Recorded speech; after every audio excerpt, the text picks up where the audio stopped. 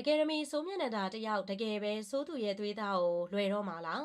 အကယ်ဒမီဆိုမျက်နှာတာဆိုရင်တော့အနုပညာအလုပ်တွေကိုစူးစမ်းလုပ်ကိုင်ခဲ့ပြီးတော့အောင်မြင်မှုတွေကိုရရှိခဲ့ပါတယ်။ဒါလို့ချစ်စနိုးခေါ်ဝေါ်ကြပြီးတော့ရိုးရိုးရှင်းရှင်းလေးနဲ့လှပတဲ့သူလေးဖြစ်လို့အလှမှာနာမည်ကြီးပါတယ်။မာကြီးဆိုးနဲ့ဆိုမျက်ကလေးယာကလည်းအနုပညာလောကမှာအောင်မြင်ခဲ့တဲ့သူဖြစ်လို့ညီမ၃ယောက်လုံးကတော့ပြည်သူမြတ်တာကိုခံယူထားကြတာဖြစ်ပါတယ်။ဒါဇက်ကားတွေနဲ့ကြော်ညာတွေအများအပြားကိုရိုက်ကူးခဲ့ပြီးပရိသတ်တရားလည်းတခဲနဲ့အားပေးခဲ့ကြပါတယ်။အနုပညာပါရမီပါသူလေးဖြစ်လို့သူမရဲ့တရုပ်ဆောင်ချက်အိုက်တနီကလည်းကြာရဇက်ရုံမှာပြည်ပြင်းပိုင်နိုင်ပါတယ်။အခုချိန်မှာဆိုရင်တော့အနုပညာအလုပ်တွေနဲ့အလန်းဝေးကွာနေပြီးစီးပွားရေးကိုသာဦးဆောင်လုပ်ကိုင်နေပါတယ်။ပရိသတ်ချစ်ခင်စွာအားပေးခံရတဲ့တရုပ်ဆောင်မင်းသမီးဆိုမြတ်နန္ဒာကတော့ဧပြီလ9ရက်နေ့ကမြန်မာပြည်ခေတ္တပြန်လာပြီးတော့သာသနာပေါင်ကိုဝင်ရောက်ခဲ့ပါတယ်။သူမကတော့အမေရိကန်နိုင်ငံကနေခေတ္တပြန်လာပြီးတော့မိဘဆွေမျိုးအတိုင်းဝိုင်းနေရှိမှာစံချပြီးတော့မြန်မာပြည်မှာသာသနာပေါင်ဝင်ခဲ့ရလဲဖြစ်ပါတယ်။မင်းသမီးဆိုမြတ်နန္ဒာကတော့အနုပညာအလုပ်တွေကိုမလုပ်တော့ဘဲမိသားစုအတွက်အချိန်ပေးပြီးတော့ဘဝကိုဖျက်ဆီးနေရလဲဖြစ်ပါတယ်။ဆိုမြတ်နန္ဒာက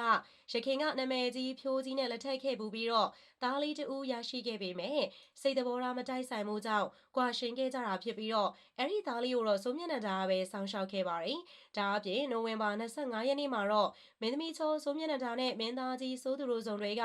တရားဝင်အကျဉ်းလင်းမယားတွေအဖြစ်လွှဲပြောင်းသွားခဲ့ပြီဖြစ်ပါတယ်။အဆိုတော်ဖြိုးကြီးကအရင်ကနာမည်ကြီးမင်းသမီးဆိုမြတ်နန္ဒာနဲ့လက်ထပ်ခဲ့ပူပြီးတော့သားလေးတူရှိခဲ့ပေမဲ့စိတ်တဘောထားမတိုက်ဆိုင်မှုတွေကြောင့်ကွာရှင်းခဲ့ကြတာဖြစ်ပြီးအဲ့ဒီသားလေးကိုတော့ဆိုမျက်နှာတာကပဲစောင့်ရှောက်ထားပါတယ်။အခုတလော online စာမျက်နှာတွေပေါ်မှာလည်းသူတို့တို့ရင်သွေးလေးရနေပြီဆိုတဲ့သတင်းတွေကတော်တော်လေးကိုရည်ပန်းစားနေကြတာဖြစ်ပါတယ်။အနုပညာလောကမှာဆယ်စုနှစ်များစွာအတိုင်းအောင်မြင်မှုတွေနဲ့အတူပရိသတ်ရဲ့အားပေးမှုကိုတခဲနဲ့ရရှိထားကြတဲ့ဝိုင်းရင်တရုပ်ဆောင်စိုးသူနဲ့ဆိုမျက်နှာတာတို့စုံတွေအကြောင်းကိုအားလုံးပဲယဉ်နေပြီးသားဖြစ်မှာပါ။သူတို့နှစ်ဦးရဲ့အခြေခီးလန်းကအခက်အခဲနဲ့ဝေဖန်မှုပေါင်းစုံကိုကြော်ဖြတ်ခဲ့ရသလိုအခုတလော online စာမျက်နှာတွေပေါ်မှာလည်းသူတို့နှစ်ဦးရင်သွေးလေးရနေပြီဆိုတဲ့သတင်းတွေကတော်တော်လေးကိုရေပန်းစားလာခဲ့တာဖြစ်ပါတယ်။ဒီလိုကောလာဟလသတင်းတွေနဲ့ပတ်သက်ပြီးတော့မင်းသမီးဆိုမျက်နှာတာကပရိသတ်အထင်မလွဲစီဖို့အတွက်ပြတ်သားစွာနဲ့တုံ့ပြန်ရှင်းလင်းလာခဲ့ပါတယ်။ဆိုသူနဲ့ဆိုမျက်နှာတာတို့ကသူတို့ရဲ့အတိတ်ကအိမ်အောင်ရေးအသီးသီးမှာအစင်မပြေမှုတွေစိတ်တရားတွေနဲ့ကြုံတွေ့ခဲ့ရမှုတဲ့သူတွေဖြစ်ပါတယ်။ဒီလိုလောကရန်ရဲ့ရိုက်ချက်တွေကိုခံစားပြီးမှသာနှစ်ယောက်သားကနားလည်မှုရှိရှိနဲ့လက်တွဲခဲ့ကြတာဖြစ်ပြီးတော့လက်ရှိမှာတော့အေဂျင့်ရဲ့ဘဝသက်လေးတစ်ခုကိုအတူတူပိုင်ဆိုင်ထားကြပြီပဲဖြစ်ပါတယ်။ဒါပေမဲ့လည်းသူတို့နှစ်ဦးကအသက်အရွယ်တော်တော်လေးရမှပေါင်းသင်းခဲ့ကြတာဖြစ်တယ်လို့အရင်အိမ်တော်ရေးကိစ္စတွေနဲ့ပတ်သက်တဲ့အငင်းပွားပွဲရာတွေကြောင့်ဒီကနေ့အထိဝေဖန်တိုက်ခိုက်မှုတွေကြုံတွေ့နေရသေးပါ။ဒါရီယိုဂီယူမဆိုင်ပဲအမေရိကန်နိုင်ငံမှာအခြေချနေထိုင်ရင်းနဲ့ဒူနကိုဘဝလေးကိုတည်ဆောက်ခဲ့ကြတာလဲတော်တော်လေးကိုကြာခဲ့ပြီဖြစ်ပါတယ်။လက်တလုံးမှာတော့စိုးသူနဲ့ဆိုမျက်နှာတာတို့အမေရိကန်မှာကလေးလေးတယောက်မွေးဖွားလိုက်ပြီဆိုတဲ့သတင်းတွေကဓပုံတချို့နဲ့အတူပြန့်နှံ့လာခဲ့တယ်။ဒီကိစ္စနဲ့ပတ်သက်ပြီးတော့မင်းသမီးဆိုမျက်နှာတာကပွန့်ပွန့်လင်းလင်းပဲတေချာရှင်းပြခဲ့ပါတယ်။အခုလိုအသက်အရွယ်မျိုးဆိုမှာတော့ကလေးယူဖို့က